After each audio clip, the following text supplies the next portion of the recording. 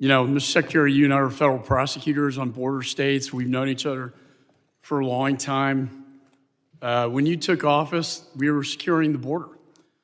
You said that you have operational control. But last month, your Border Patrol chief, Mr. Ortiz, testified before this committee that DHS does not have operational control of the border, and I agree with him. In my 20 years in Congress as a former chair of this committee and as a federal prosecutor tasked with securing the border in Texas, I've never seen this border more out of control. And I believe it's because on day one, you rescinded the migrant protection protocols, otherwise known Remain in Mexico. And at that time, 2 years ago, you said it was necessary to terminate this program that was working because, quote, it was unjustifiable human cost associated with it. But I ask you, is it justifiable that migrant encounters have risen to 5 million people since you took office? Is it justifiable that more than 100,000 Americans have died from fentanyl flowing across the border? Is it justifiable that 98 suspected terrorists attempted to enter the Homeland last year alone? And who knows how many have made it in. When I was chairman, I wanted that stat every week I got briefed. Is it justifiable that at least 12,000 criminals attempted to enter the Homeland last year? 1,000 with assault-related charges and 62 with homicide-related charges. Is it justifiable to human costs that at least 853 migrants died trying to make the dangerous journey across the border last year, the most on record in the history of this country? I don't always quote CNN, but they had a phenomenal documentary, The Journey, the dangerous journey from South America to the United States.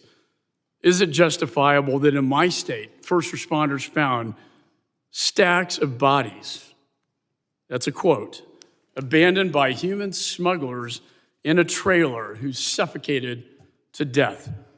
Are these human costs justifiable? Because they align with your political agenda. Because I don't think any of these things, none of this is justifiable. This is the biggest human trafficking crisis of my lifetime, and you, sir, are complicit with it. I've been down there so many times, but now it's completely out of control. What are we going to do with 5 million people that have no legal status in this country? How do you deal with this problem? They're going to live in the shadows. Where are they going to go? The women, the girls are going to be sex trafficked, and the young men are going to go to MS-13. That's going to be their family. And you know it, and I know you know it, because you know better. You're a smart man. You were a U.S. attorney like me. That's why I'm supporting our bill that we're going to mark up to try to get control of this thing once and for all. And as chairman of the House Foreign Affairs Committee, I'm going to compel this administration to renegotiate Remain in Mexico. You know, in the final analysis, sir, your job is a solemn one. It's probably one of the most important cabinet jobs because your job is to protect the American people from threats. Your job is to secure borders, air, land, and sea. And in my judgment, and it's hard for me to say this, I've known you for quite some time, but you have failed in your job. And I think you know this.